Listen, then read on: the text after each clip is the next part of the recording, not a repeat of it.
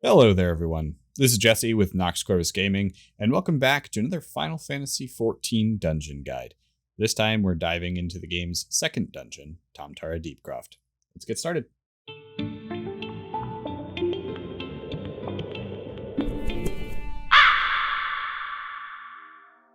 Tam Tara Deepcroft is similar to the game's first dungeon, Sestasha, in that it is a relatively easy beginner dungeon meant to introduce players to dungeons in Final Fantasy XIV.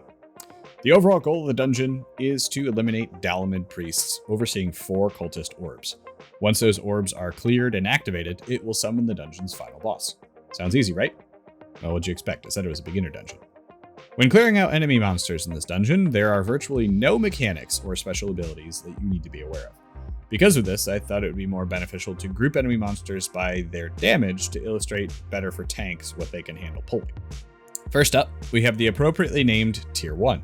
Enemies in this tier did 35 or more damage per hit. We have the Akmena Groundsman, the Akmena Varlet, the Deepcroft Mightling, and the Fleshfly Swarm. Just to note, the Akmena Varlet is a caster that casts Thunder, which is interruptible. Second, we have the B tier. At this level, enemies were doing between 20 to 30 damage per hit. And on that tier, we have the Akinit Varlet, the Carrion Beetle, the Yarzon Feeder, the Croft Light, and the Gravedigger. Just a note on that as well, the Gravediggers also cast Blizzard, which is interruptible. The third tier is the Dalamud Priest tier, because he's the only one that did damage between 15 and 20 per hit. He also casts an interruptible spell called Fire. And last on the list, we have the Pizza Lunchables tier, featuring the Skeleton Soldier.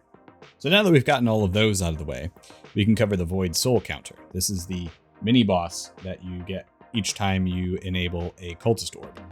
So the Void Soul counter has a few abilities. This first one that he will cast almost immediately after being summoned is called In Thunder. In Thunder is interruptible, and it adds damage to his normal weapon strikes in the amount of about 20 to 25 per hit. He also attacks for about 50 to 56 per hit. In addition to that, he casts a spell called Dark Orb, which is instant cast. It's not interruptible or stunnable and does about 55 to 65 damage. Finally, he has a Frontal Cone area of effect attack, which is stunnable but not interruptible.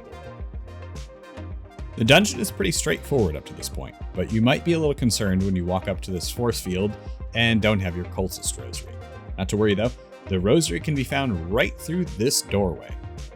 That will open the way for you to immediately clear and activate the last 2 orbs and summon the final boss, which conveniently leads directly into... Alright, so here's your spoiler warning. If you don't want to have the last boss spoiled for you, go ahead and stop watching the video now. Otherwise, get ready to fight 5-second pause to allow people to stop the video. Galvaneth the Dominator. Galvaneth has several abilities that you need to be aware of. First, his main and only attack is an interruptible spell called Water. This hits hard, but it's his only attack, so you shouldn't need to worry about it too much. If you really feel the need or you want to be kind to your healer, this ability is interruptible.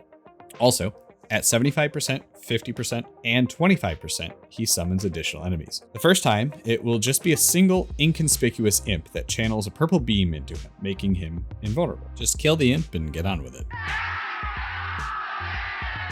The second wave will add some additional enemies you need to defeat, and the third wave will add some more additional enemies, as well as an additional imp. Tanks should focus on grabbing those first, and as always, it helps if the healer moves into the tank to ensure that any healing aggro is funneled into the tank's AoE. In addition to that, he also casts a circular area of effect spell called Mind Blast. You want to make sure you're out of this, otherwise you're going to get hit with about 200 damage and become paralyzed. And that is all for the Tam Tara Deepcroft, everyone. Hopefully this guide was helpful and you learned a few new things about this dungeon. If you did, please let me know in the comments and hit the like button if you liked it. If you'd like to see more of our dungeon guides, click the subscribe button and hit the notification bell so you'll be notified when we upload more guides. Have a great day, everybody, and good luck in the Tam Tara Deepcroft.